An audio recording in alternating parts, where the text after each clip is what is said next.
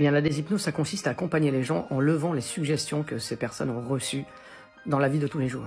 Les suggestions post-hypnotiques du discours courant, par exemple. Ce qu'on appelle la parole sociale, des amis, des collègues, des médias, bien sûr, de la famille.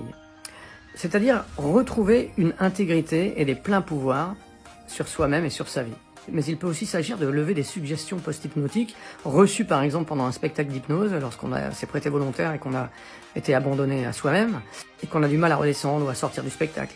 Vous voyez déjà tout de suite les ponts que l'on peut faire avec cette expérience et et la vie de tous les jours.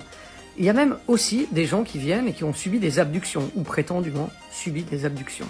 Il s'agit donc de lever des suggestions post-hypnotiques qui ont été mises lors de ces enlèvements afin qu'ils ne se souviennent pas de ce qui s'est passé. Donc évidemment, là, il y a des précautions à prendre particulières.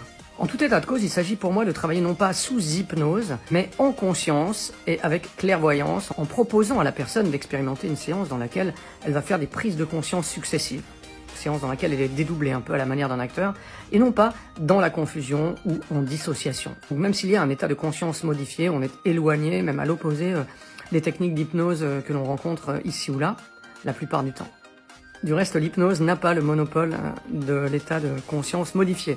Et d'ailleurs, qu'est-ce que l'hypnose? Quand est-ce que nous ne serions pas hypnotisés? Quand est-ce que nous serions lucides au fond? Quand est-ce que nous serions dans la pleine conscience? C'est plutôt une expérience de ce type-là, de pleine conscience, que je propose aux patients de venir faire en cabinet.